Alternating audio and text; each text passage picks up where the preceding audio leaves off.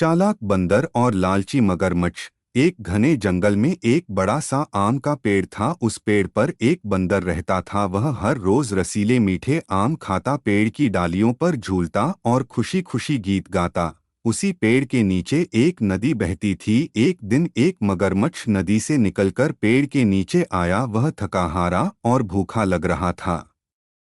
बंदर ने ऊपर से झांक कर पूछा, क्या बात है मगरमच्छ भाई, तुम उदास क्यों हो? मगरमच्छ ने गहरी सांस ली और कहा, 2 दिन से कुछ खाया नहीं, बहुत भूख लगी है। बंदर को उस पर दया आ गई। उसने एक बड़ा सा मीठा आम तोड़ा और नीचे फेंक दिया। मगरमच्छ ने आम खाया, उसे उसका स्वाद बहुत पसंद आया और वह खुश हो गया।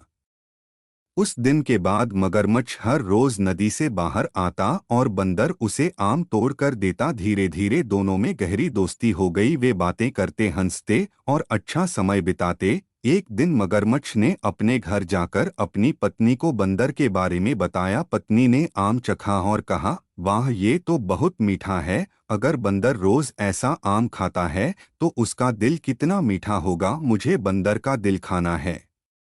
मगरमच्छ हैरान रह गया। उसने अपनी पत्नी को समझाने की कोशिश की मगर वह जिद पर अड़ी रही। आखिरकार मगरमच्छ ने हार मान ली। अगले दिन वह बंदर के पास आया और बोला, दोस्त, तुम मेरे सच्चे मित्र हो, आज मेरे घर चलो, मेरी पत्नी तुमसे मिलना चाहती है। बंदर बहुत खुश हुआ। उसने पेड़ से छलांग लगाई और मगरमच्छ की पीठ पर बैठ गया।